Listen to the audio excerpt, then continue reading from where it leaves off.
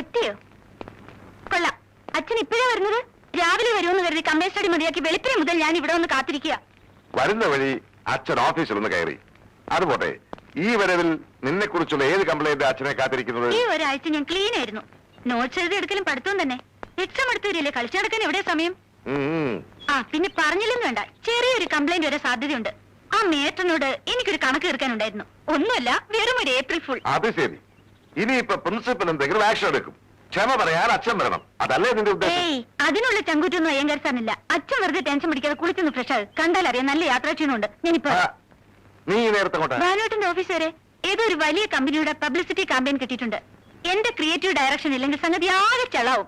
അച്ഛന്റെ കുളി കഴിയുമ്പോഴേക്കും ഞാനിങ്ങെത്താം. ഒരു അരമണിക്കൂർ. ഓക്കെ?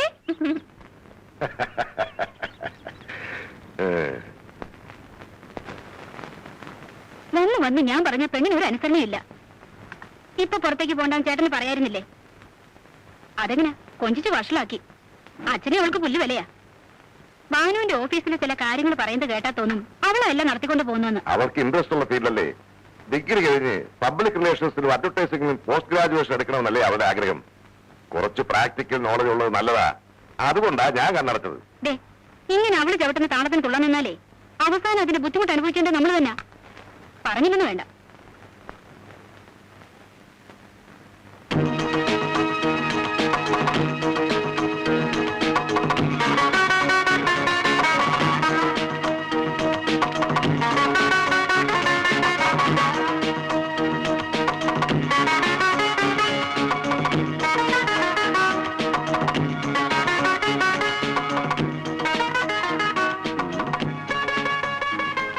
ഇതിവിടെ ഫിക്സ് ചെയ്യല്ലേ?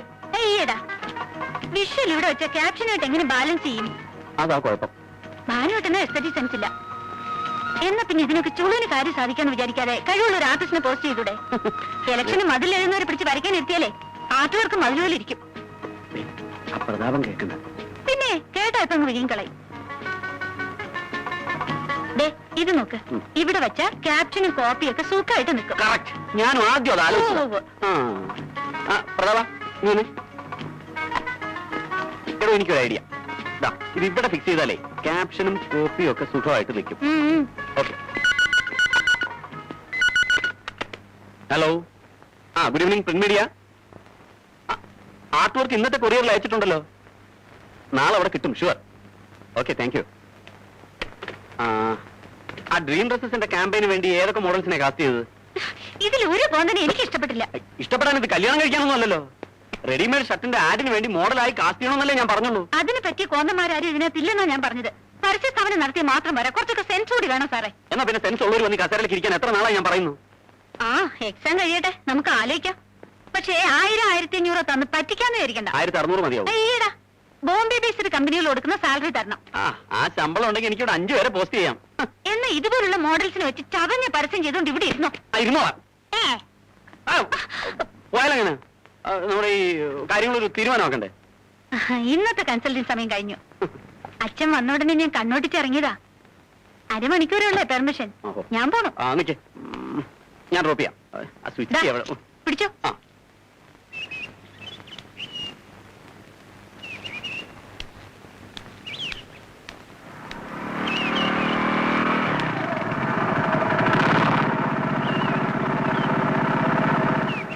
ഇതാണോ അരമണിക്കൂർ? അതെ, ഇറങ്ങാൻ നേരത്തെ അച്ഛൻ തടസ്സം പറഞ്ഞപ്പോഴേ എനിക്ക് തോന്നിയതാ ഇന്ന് ശരിയാവില്ലെന്ന്. അവിടെ ചെന്നപ്പോഴോ ഡ്രീം ഡ്രസ്സസിന്റെ MD-യും ചെയർമാനും ബാനുവേട്ടനായിട്ട് ചൂട് പിടിച്ച ഡിസ്കഷൻ അല്ലേ? അതെ, ഒരു മുന്നറിയിപ്പില്ലാതെ അവര് വന്നത്. അതുകൊണ്ടാ അരമണിക്കൂർ 1.5 മണിക്കൂറായത്. വല്ലാത്ത ചൂട്. നീ കേറുന്നില്ലേ? ഇല്ലമ്മാ, ഏജൻസിയിൽ കുറച്ച് ജോലിയുടെ ബാക്കിയുണ്ട്. ആദ്യം തിരക്കൂട്ടിയതുകൊണ്ട് ഞാൻ കൊണ്ടാക്കാന്ന് വെച്ചത്. പോട്ടെ. ശിവശങ്കർ നല്ലവനാടി. ആർട്ടിസ്റ്റിൽ മനുഷ്യപ്പറ്റുള്ളവനായിട്ട് അയാൾ മാത്രമേ ഉള്ളൂ. ആതിരയ്ക്കൊരു ആലോചനയെ പറ്റി അയാൾ പലതവണ എന്നോട് സൂചിപ്പിച്ചതാ. നല്ല ബന്ധമാണെങ്കിൽ അതങ്ങ് നടത്തണമെന്നാ ഞാൻ പറയുന്നത്. നീ എന്താ ഒന്നും അറിയാൻ മേലാത്ത പോലെ സംസാരിക്കുന്നത്? ഒരു പെണ്ണിനെ അയക്കാനുള്ള എന്ത് പരിസ്ഥിതി ഇപ്പൊ നമുക്കുള്ളത്? ഉള്ളതെല്ലാം കൂടെ വിറ്റുപറിക്കുക ഈ വീട് കെട്ടിയത്. വോളണ്ടറി റിട്ടയർമെന്റിന് എഴുതി കൊടുത്തിട്ട് റിട്ടയർമെന്റ് ബെനിഫിറ്റ് മേടിച്ച് ഒരുത്തി അയക്കാമെന്ന് വെച്ചാൽ ഹൗസിംഗ് ലോൺ പിടിച്ചു കഴിഞ്ഞിട്ട് ബാക്കി എന്ത് കിട്ടാനാ? വരുന്നവർക്ക് പലർക്കും ഈ വീട്ടിലാ കണ്ണ്. മൂത്തവർക്ക് അത് കൊടുത്തു കഴിഞ്ഞാൽ പിന്നെ ആശയുടെ കാര്യത്തിൽ എന്ത് ചെയ്യാനാ? എന്ന് പറഞ്ഞാൽ എങ്ങനാ? വന്ന 2-3 ആലോചനകള് അവളുടെ പഠിത്തം കഴിയട്ടെ എന്ന് പറഞ്ഞയച്ചു. ഇനി ഇപ്പൊ പഠിത്തം കഴിയുമ്പോ എന്തു പറയും? അവളുടെ ഇഷ്ടപ്രകാരം തുടർന്ന് പഠിക്കുന്നതിനോട് എനിക്ക് അഭിപ്രായമില്ല. ദേ, ഇപ്പൊ തന്നെ നമ്മുടെ നിലയും അവളുടെ പ്രായം ഒന്നും നോക്കാതെ ഓരോ പ്രവൃത്തികള്. ഞാൻ അവരെ ശാസിക്കുമ്പോ പിള്ളേരുടെ പക്ഷം ചേർന്നതിന്റെ ഇപ്പൊ അനുഭവിക്കുന്നത്. അതിനിപ്പോ എന്തോണ്ടായിരുന്ന? തുള്ളിച്ചാടി കുരുത്തക്കട ഒപ്പിച്ചടക്കാൻ ചെറിയ കുട്ടിയൊന്നും അല്ല അവള്. ചന്ദ്രവാനു എന്റെ ആങ്ങളുടെ മോനാ. പക്ഷെ കൂടെ കൂടെയുള്ള അവന്റെ ഓഫീസിൽ പോക്കും വണ്ടിയിലുള്ള ഈ വരവും നാട്ടുകാരെ കൊണ്ട് ഓരോന്ന് പറയിപ്പിക്കണോ? അവനെ പറ്റി അത്ര നല്ലതൊന്നും അല്ല പുറത്ത് പറഞ്ഞു കേൾക്കുന്നത്. പ്രായമായ പെണ്ണ, സൂക്ഷിച്ച ദുഃഖിക്കണ്ട. കുരുത്തക്കേട് ഒപ്പിക്കാൻ ആർക്കും പറ്റും. പക്ഷെ അതിന്റെ ആഫ്റ്റർ എഫക്ട് നമുക്ക് കേൾക്കാതെ നോക്കണം. അതിലാണ് കാര്യം. അതിനിപ്പോ എല്ലാവർക്കും നിന്നെ പോലെ വാലുണ്ടാവോ? നിന്റെ വാല് നിന്റെ ഡാഡി മുറിച്ചതിന് ഇവൾ എന്ത് പഴിച്ചു? വാലേ പോയുള്ളൂ, മുഖച്ചായ്ക്ക് വലിയ മാറ്റം വന്നിട്ടില്ല. Exactly correct.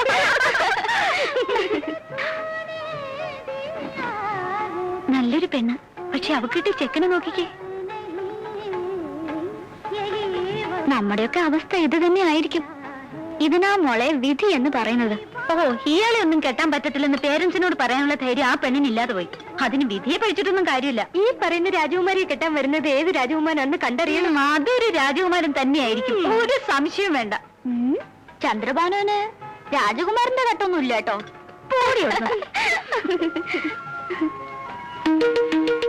അയ്യോ, 80 രൂപയോ? നിന്റെ എത്രയുണ്ട്? എന്റെ കയ്യിൽ ഒന്നല്ല. നിന്റെയിലോ? നീ വിളിച്ചിട്ടില്ലേ ഞങ്ങൾ വന്നത്? അത് ശരി. ആ, എന്റെ 50 രൂപയുള്ളൂ. ഇപ്പൊ എന്ത് ചെയ്യാം?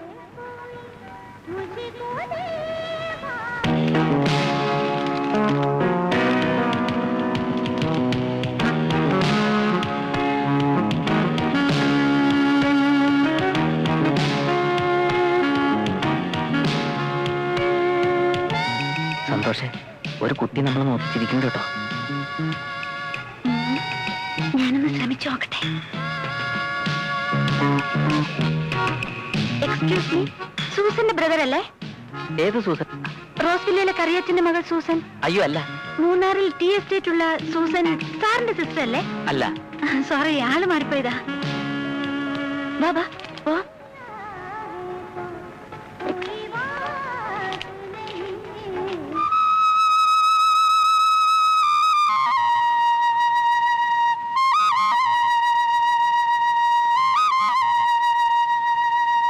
അങ്ങനെ ഇന്നത്തെ ദിവസവും വലിയ ബോറടി കൂടാതെ അവസാനിച്ചു. ദൈവത്തിന് സ്തുതി.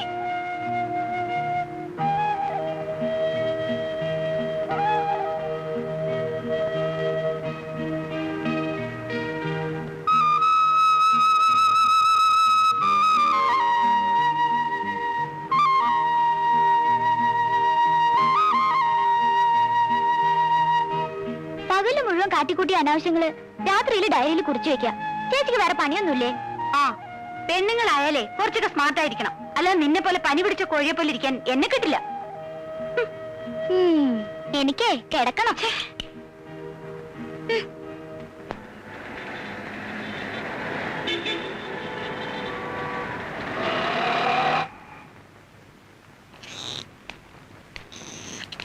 ഇന്ന് വൈകിട്ട് വിവരം പറയാന്നാ ഭവാനി കുഞ്ഞുമോട് ഞാൻ പറഞ്ഞത്.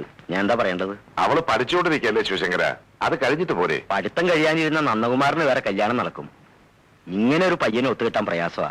അതുകൊണ്ടാണ് ഞാൻ കൂടുതൽ നിർബന്ധിക്കുന്നത്. ശിവശങ്കരന് അറിയാമല്ലോ എന്റെ അവസ്ഥ. ഹൗസിംഗ് ലോണും PF LIC എല്ലാം കൂടെ പിടിച്ചു കഴിഞ്ഞിട്ട് താനെന്റെ കയ്യിലേക്ക് തരുന്ന ശമ്പളം എത്രയാ? ഒരു കരുതലുമില്ലാതെ എങ്ങനെയാ ഒരു കല്യാണത്തിന് ചാടി പുറപ്പെടുക? ആ വീടിന്റെ പ്ലാൻ കണ്ടപ്പോഴേ ഞാനെന്ന് പറഞ്ഞതാ. സാറിനെ സംബന്ധിച്ചിടത്തോളം ഇത്രയും വലിയൊരു വീടിന്റെ ആവശ്യമില്ലെന്ന്. അതൊക്കെ ഇനി പറഞ്ഞിട്ട് എന്താ കാര്യം? അന്ന് അങ്ങനെ തോന്നി. അതുകൊണ്ടാണ് ഞാൻ പറയുന്നത്, ഇനിയെങ്കിലും സാറ് നല്ല രീതിയിൽ ചിന്തിക്കണം. സ്ത്രീധനമായിട്ട് അവർ 10 പൈസ പോലും ചോദിക്കുന്നില്ല. നമുക്കിറങ്ങാം. താഴെയുള്ള 2 സഹോദരിമാരെ അയച്ചിട്ട് മതി തനിക്ക് വിവാഹമെന്ന് ഒറ്റ വാശിയായിരുന്നു നന്ദന്. അനന്തപിള്ളച്ചേട്ടന്റെ മരണം ഓർക്കാപ്പുറത്തായതുകൊണ്ട് ബാധ്യതകളൊക്കെ നന്ദന്റെ തലയിൽ വന്നു. ഇളയവളെ അയച്ചിട്ടിപ്പോ വർഷം 1 കഴിഞ്ഞു. അപ്പം മുതൽ നിർബന്ധിക്കുന്നതാ ഭവാനി കുഞ്ഞമ്മ. പക്ഷെ നന്ദൻ ഇപ്പോഴാ ഒന്ന് സമ്മതം മൂളിയത്. ഇക്കാലത്ത് അഡ്വക്കേറ്റ് എന്നൊക്കെ പറയുമ്പോ ആ, സാറ് വിചാരിക്കുന്ന പോലെ കേസില്ലാത്ത വക്കീലൊന്നും അല്ല നന്ദൻ. പുറത്തൊന്ന് അന്വേഷിച്ചു നോക്കണം. കഴിവില്ലാത്തതുകൊണ്ടാണോ സർക്കാർ അയാളെ പബ്ലിക് പ്രോസിക്യൂട്ടറായി നിയമിച്ചത്? എന്റെ ബന്ധുവായതുകൊണ്ട് പറയുന്നതല്ല. നന്ദകുമാറിന്റെ വാദം കേട്ട കോടതി വിറയ്ക്കും. മോളുമായിട്ട് ഒരു 10-15 വയസ്സിന് വ്യത്യാസം ഉണ്ടാവില്ലേ? അതിപ്പോ ഉദ്യോഗവും ചെറുക്കന്റെ സ്വഭാവവും എല്ലാം കൂടി നോക്കുമ്പോ ഇക്കാലത്ത് ഒരു പ്രശ്നമാണോ? ഏതായാലും അവര് പരസ്പരം ഒന്ന് കണ്ട് തീരുമാനിച്ചോട്ടെ. ശരി.